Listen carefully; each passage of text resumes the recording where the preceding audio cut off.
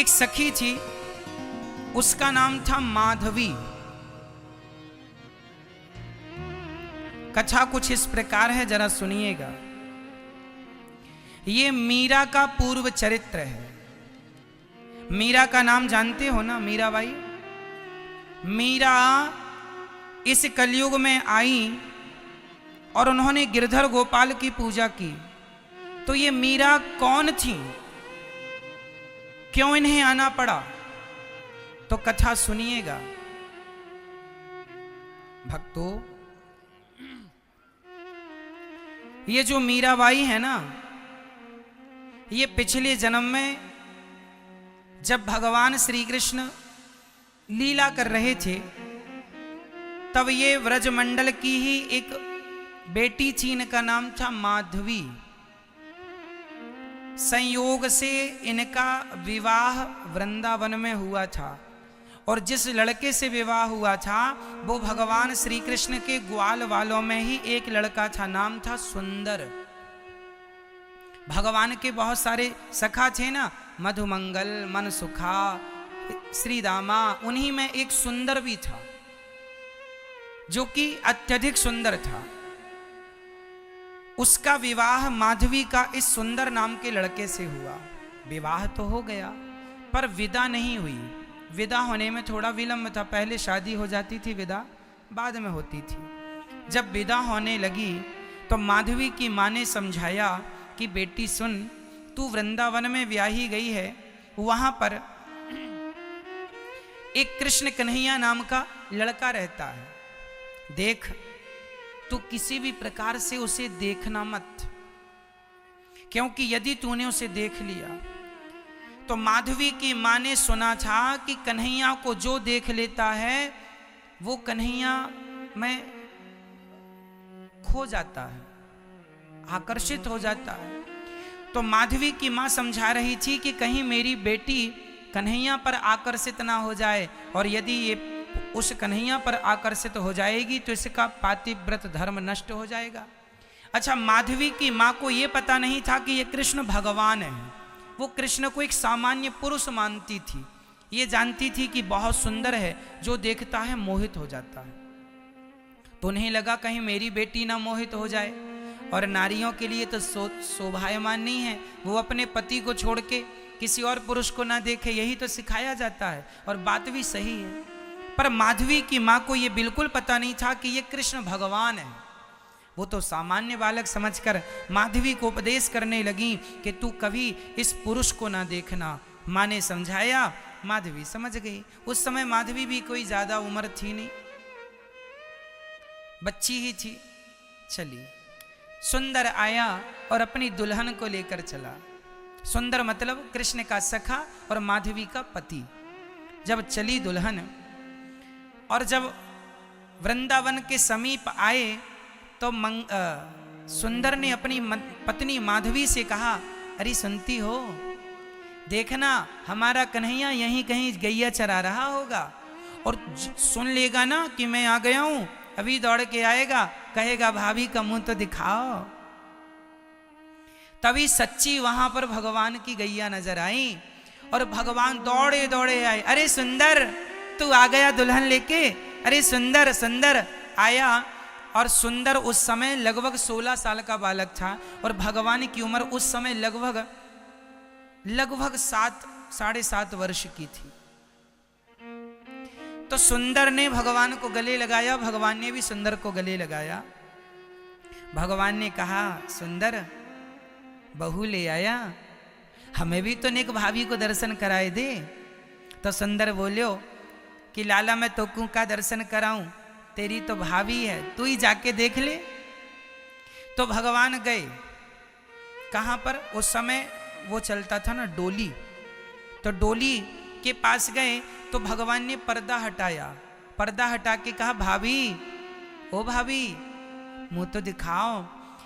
चूंकि माधवी की मां ने कहा था कि तू कृष्ण नाम के पुरुष को देखना मत, तो माधवी ने अपना मुंह ढक लिया पूरा, और अपने हाथ पांव को भी बिल्कुल कपड़ों से ऐसे ढका कि जरा सा भी शरीर ना दिखाई पड़ जाए, और मुंह ढक लिया। भगवान ने जाकर कहा, भाभी मुंह तो दिखा दो, भाभी ने एक मुंह तो दिखा। बड़ी सुंदर आवाज माधवी के कानों में चली गई, पर माधवी ने कोई उत्तर ना दिया, ना मुंह दिखाया। भगवान समझ गए कुछ गड़बड़ है। भगवान ने कहा, अच्छा भाभी तो सुनो, आज हम मुंह देखने आए हैं, नहीं दिखा रही हो, अब तुम सदा हमारा मुंह देखने को तरसोगी। ये कह के भगवान वहां से वापस आ गए। माधवी अपने ससुराल मतलब वृंदावन आ गई, और भगवान भी वृंदावन थे, वहीं से आना जाना। जब भी भगवान की आहट सुनती तो माधवी अपना मुंह ढक लेती कि नजर ना पड़ जाए। माँ ने कहा था कि तुम कन्हैया को मत देखना। जब भी सुंदर अपने कन्हैया की बातें करे तो माधवी इग्नोर कर देती, कोई बात ना सुनती। सुंदर को भी लगा मेरी पत्नी कैसी है, श्याम सुंदर की बातें तो ना करती है ना सुनती है, कोई बात नहीं। अच्छा, माधवी बड़ी सुंदर थी।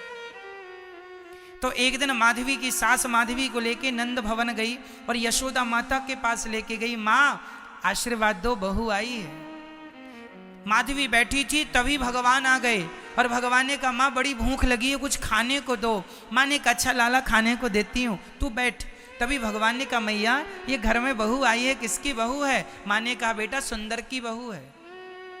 भगवान समझ गए सुंदर की बहू तो वही है। तुरंत भगवान भाग गए, क्योंकि कहा था भगवान ने कि तू ही मेरा मुंह देखने को तड़पेगी तरसेगी, मैं नहीं देखूंगा। अब मैं बुला रहा था तब तो तू देखी नहीं। चले गए। ऐसे करते करते बहुत दिन बीत गए। एक दिन क्या हुआ, जब इंद्र ने मूसलाधार पानी बरसाया, पूरे ब्रजमंडल में पानी बरसा, तब भगवान से सारे ब्रजवासियों ने कहा कि हमारी रक्षा करो। तब भगवान ने गोवर्धन उठाया, और जब गोवर्धन उठाया तो सब उस गोवर्धन की तलहटी पर आए, तो माधवी भी आई, क्योंकि जान तो सबको बचानी थी। सब अपना घर द्वार छोड़ छोड़ के सब उस गोवर्धन की तलहटी पर आए। जब सबने वहां आकर शांति पाई, तो उस समय जब भगवान ने पहाड़ उठाया ना, तो शाम हो चुकी थी, रात्रि को कुछ दिखाई पड़ा नहीं। माधवी पूरी रात ये सोचती रही कि हे भगवान, इतना बड़ा पहाड़, एक बूंद अंदर पानी नहीं, ये पहाड़ उठा कैसे? सवेरा हुआ, सूर्य भगवान की पहली किरण आई, उसी क्षण माधवी ने अपनी नजर घुमाई कि कौन है ये, कौन है ये। जब नजर घूमती घूमती घूमती ऊपर पड़ी तो वहां पर भगवान की उंगली नजर आई। उंगली को देखा माधवी ने, बड़ी सुंदर उंगली थी। उंगली के नीचे दृष्टि डाली तो पूरा हाथ दिखाई पड़ा। हाथ के नीचे दृष्टि डाली तो हाथ के बराबर में ही भगवान का मुख था। और जो माधवी ने आज पहली बार भगवान को देखा, उनकी सुंदर सी मुस्कान, उनकी आंखें, उनके घुंघराले से बाल, जो माधवी ने देखा, समझ गई कि एक उंगली से पहाड़ उठाने वाला कोई पुरुष नहीं है, ये तो भगवान है। तुरंत वहां माधवी रोने लगी, हे मेरी माँ, तूने मुझे कौन सा गंदा पाठ पढ़ा दिया। उसी दिन मैंने क्यों ना भगवान को देख लिया, जब वो मुझे भाभी भाभी कह के बुला रहे थे। इतने दिन में ऐसी सुंदर सी छवि से वंचित रह गई मेरी माँ। तुमने क्यों इतना बड़ा अपराध किया है। वो रोने लगी और भगवान श्री कृष्ण के चरणों पर जब दृष्टि डाली, उन चरणों में डूब गई। हे श्याम सुंदर, मुझे माफ कर दो। मन ही मन वो भगवान को देखने लगी, आंसू बहाने लगी। और देखते देखते एक भगवान थे जो 7 दिनों तक ना कुछ खाए ना कुछ पिए, बस खड़े रहे। और दूसरी माधवी थी जो कि अपने अपराध का प्रायश्चित करती रही। कि इतने दिन तक मैंने इतनी सुंदर छवि क्यों ना देखी, ये तो भगवान है। और मेरी माँ ने पाठ पढ़ाया कि तू देखना भी मत, भगवान से वंचित रखा। कई लोग आपको यही पाठ पढ़ाते हैं कि अरे भगवान तो कुछ होते नहीं है। माधवी की माँ ने जैसे उल्टा पाठ पढ़ा दिया माँ को, ऐसे भी आज समाज में कई लोग भगवान से दूर करने के पाठ पढ़ा देते हैं, जिससे आपको लगता है कि भगवान से दूर रहना चाहिए। अरे भगवान की नज़रों से नज़रें मिल गईं, जब भगवान को देखा उनके इतना आकर्षण, माधवी आकर्षित हो गई और मन ही मन उनको अपने हृदय में बसाकर बिठाकर, अब तो दिन रात उन्हीं का 7 दिन कब बीत गए। इंद्र आए, भगवान से माफी मांगी, भगवान ने गोवर्धन की स्थापना जहां की तहां की। माधवी जाके गोविंद के चरणों पर गिर पड़ी, नाथ मुझ अपराधिन को माफ कर दो, मुझे माफ कर दो। भगवान ने कुछ ना कहा। जब हम बोल रहे थे तब तुमने भी कुछ नहीं कहा, अब तुम बोल रही हो तो हम क्या कहें। पर भगवान तो दयालु हैं। अंत में भगवान ने माधवी को उठाया और मुस्कुराते हुए कहा, अरे भाभी क्यों रो रही हो, प्रभु मुझे अब स्वीकार कर लीजिए, मुझे त्यागिए मत। भगवान ने कहा कोई बात नहीं, अपराध हो गया है, कोई बात नहीं, अब तुमने स्वीकार कर लिया, हमें कोई द्वेष नहीं है तुमसे, हम तो सबकी तरह तुम्हें रखे हैं, जैसी सब पर कृपा भगवान की ऐसी तुम पर होगी। माधवी फिर भी अपने आप को माफ ना कर पाई, भगवान ने तो माफ कर ही दिया। अब तो वो दर्शन करती, सारी सखियों से पूछती कि क्या क्या हुआ। भगवान ने कहा मैं तुम्हें माफ तो कर दूंगा, पर अपनी किसी भी लीला में अब तुम्हें सम्मिलित नहीं करूंगा। भगवान ने कहा मैं तुम्हें माफ तो कर दूंगा, पर अपनी किसी भी लीला में तुम्हें सम्मिलित नहीं करूंगा। तो इसलिए माधवी को भगवान ने ना रास में सम्मिलित किया, ना अपनी किसी लीला में सम्मिलित किया, सबसे वंचित ही रखा। और वही जब भगवान व्रज छोड़ के चले गए तो ये माधवी तो धड़ाम से गिरती। तब ब्रज की गोपियां समझाती, अरे माधवी कृष्ण केवल तुझे छोड़कर थोड़ी गए हैं, हम सभी को तो छोड़कर गए हैं, तू इतना क्यों रोती है। माधवी ने कहा तुम लोगों ने तो पकड़ लिया था तो छोड़ कर गए, हमने तो पकड़ा ही नहीं था और हमें छोड़कर चले गए, इसलिए हमारा दुख तुम्हारे दुख से कहीं ज्यादा है।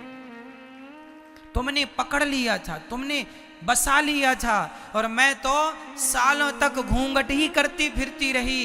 हे विधाता आग लगे मेरे घूंघट को, आग लगे मेरे ऐसे घूंघट को जिस घूंघट ने मेरे कृष्ण से मुझे वंचित रखा। आग लगे ऐसे माँ के ज्ञान को जिस ज्ञान ने मुझे भगवान से वंचित रखा। हे विधाता ऐसा ज्ञान किसी को ना देना जो ज्ञान भगवान से दूर कर दे, ऐसा पर्दा ना देना जो पर्दा भगवान से दूर कर दे। वह मीरा, वह माधवी तड़पती तड़पती अंत में अपने प्राणों का विसर्जन कर देती है, त्याग देती है। और वही माधवी इस कलयुग में मीराबाई बन के पैदा होती है। और वही मीरा अब लाज शर्म छोड़ कर, क्योंकि वो जानती थी कि पिछली जन्म में तो खूब मैंने लाज की, घूंघट ओढ़ी, इसलिए अब मीरा कोई घूंघट नहीं करती, क्योंकि घूंघट का परिणाम देख चुकी है वो। जब वृंदावन मीराबाई आई तो उन्हें यहाँ पर अपनी वो सारी बातें याद आ गईं, पूरा का पूरा दृश्य आंखों के सामने आ गया। और मीरा भगवान का चिंतन करती रहती है, कोई ख्याल नहीं है नाथ मुझे स्वीकार कर लीजिए। सारी जिंदगी भगवान का नाम जपती रही, सारी जिंदगी गिरधर गोपाल जपती रही, सबको जपाती रही, कहती रही अरे भैया तुम क्या संसार में उलझे पड़े हो, भगवान के चरणों में क्यों नहीं चलते, वही सत्य है, उस आनंद में क्यों नहीं खो जाते। चल पड़ी मीराबाई और द्वारिका पहुंच गई और अंत में भगवान का इतना स्मरण किया, इतना नाम जपा मीरा ने कि द्वारिकाधीश द्वारिकाधीश ने कहा, पिछले जन्म में तुम्हें हमने स्वीकार नहीं किया, इस जन्म में स्वीकार करते हैं, क्योंकि तुमने हमारी भक्ति करके अपने आप को पवित्र कर लिया है। और वही भगवान द्वारिकाधीश अपना मुंह खोलते हैं और पूरी की पूरी मीरा भगवान के मुखमंडल में समा जाती है, मुख में समा जाती है वो मीरा। आज कहीं मीरा की समाधि नहीं। मीरा का ये जन्म तो सब जानते हैं, पर ये था पिछला जन्म। इसलिए मीरा पग घुंघरू बांध मीरा नाची रे, लोग कहें वो तो भई रे बवरिया, सास कहे कुल नासी रे, पग घुंघरू बांध मीरा नाची रे। नाचती है अपने गिरधर गोपाल के लिए। मीरा बनकर नाच लेना सबके बस की बात नहीं है। धन्य है मीरा और धन्य है मीरा का ये दिव्य चरित्र। हम बड़भागी हैं भक्तों कि हमें ईश्वर ने ऐसी बुद्धि दी है कि हम कथा सुनने वाले बने हैं, सुनाने वाले बने हैं। ईश्वर से आप यही कहिए कि विधाता आपका धन्यवाद, कम से कम आपने हमें अपने नाम से, अपनी कथाओं से वंचित तो नहीं रखा। किसी भी प्रकार से हमारे कानों में भगवान का नाम पड़ रहा है, उनकी कथाएं कानों के द्वारा प्रवेश कर रही हैं, ये ईश्वर की बहुत अहेतुकी कृपा है, विशेष कृपा है। इसलिए भगवान की कथाएं जरूर सुनना चाहिए। जो लोग कहते हैं ना, अरे क्या वृंदावन जाना, क्या कथा सुनना, जो इतना कह देता है, भगवान इन लोगों से दूरी बना लेते हैं कि ये तो खुद नहीं जुड़ रहे हैं और कोई आ रहा है तो उसे भी रोक रहे हैं। खुद तो कथा सुनते नहीं और कोई सुन रहा है उसे भी नहीं सुनने दे रहे हैं। तो भगवान, वही बात हो गई कि मीरा के सामने भगवान थे और वो घूंघट बांधे खड़ी थी। इसलिए संसार जरूरी नहीं है, भगवान जरूरी है। संसार का हर सुख तो हर योनि में मिलता है, पर भगवान की भक्ति का मौका केवल मनुष्य के शरीर से ही आप भक्ति कर सकते हैं। ना हाथी, ना कुत्ता, ना बिल्ली, अन्य किसी प्राणी के शरीर से भगवान को तो नहीं पाया जा सकता। क्यों जी, पाया जा सकता है। तो भगवान जब घर घर माखन चुराते तो ये माधवी इंतजार किया करती थी। मीराबाई जो पिछले जन्म में माधवी थी, भगवान इसके घर जाना छोड़ दिए थे तो माधवी रोया करती, कन्हैया। सब माधवी भी माखन दही मंथन किया करती और मक्खन निकाल के रख दिया करती मटकी पर और बाहर बैठी बैठी इंतजार करती। जब सखियां कहती आज कन्हैया ने मेरे घर में आके माखन खा लिया, एक सखी बोली आज मैंने माखन खाते देखा है, आज मैंने मटकी से माखन चुराते देखा है। जब सारी सखियां बता बता कर हंसती, कन्हैया की रूप का आनंद लेती, उनकी आंखें इतनी सुंदर थीं, आज उनका स्वरूप इतना सुंदर था, आज उनके बालों को देखा तुमने कितने सुंदर थे, आज उनकी अधरों को देखा तुमने कितने, आज उनके छोटे छोटे हाथों को देखा। जब ये सारी बातें करती तो माधवी बस सिसक सिसक कर रोती, हे श्याम सुंदर हमें माफ कर दो और एक बार हमारे घर में माखन चुराने आ जाओ। जिस सच्ची बताएं, जिन जिन सखियों के घर भगवान माखन चुराने जाते थे, ये कोई सखियां सामान्य सखियां थोड़ी थी। अरे करोड़ों जन्म तक बड़ी लंबी चौड़ी पूजा भक्ति प्रेम किया है, तब भगवान ने अपनी लीला में सम्मिलित किया है इन गोपियों को। और भगवान सबके घर जाके माखन चुरा करके भगवान गोपियों को आनंदित कर रहे हैं। ये केवल आनंदित करने की लीला है। भगवान कभी माखन थोड़ी चुराते हैं, भगवान तो लीला करते हैं। माधवी रोती और माधवी बस दिन रात गिलानी करती, मैंने क्यों अपराध किया, क्यों अपराध किया। इसलिए गलती करना गलत नहीं है, पर गलती हो जाए तो उस गलती का पश्चाताप करना चाहिए, प्रायश्चित करना चाहिए। क्या करना चाहिए? प्रायश्चित करना। और माधवी ने क्या प्रायश्चित किया? भगवान से विमुख हुई ना पहले, तो प्रायश्चित ये था फिर से मनुष्य बनकर आई, पर अब की बार उसने गोविंद के अतिरिक्त किसी को नहीं चाहा। इसलिए मेरे तो गिरधर गोपाल दूसरो ना कोई, जब ऐसी एकाग्रता हुई तो भक्त की भक्ति ने भगवान को फिर आकर्षित कर लिया और अब भगवान ने सदा सदा के लिए मीरा को स्वीकार कर लिया। अब हर लीला में भगवान माधवी को स्वीकार करते हैं। इसलिए हम लोग भी जो सामान्य तुच्छ प्राणी हैं ना, भगवान की कथा कहकर सुनकर उनकी लीला के अधिकारी बन सकते हैं, उनकी उन लीलाओं में हम भी सम्मिलित हो सकते हैं। इसलिए भगवान की ये लीलाएं सामान्य लीलाएं नहीं हैं।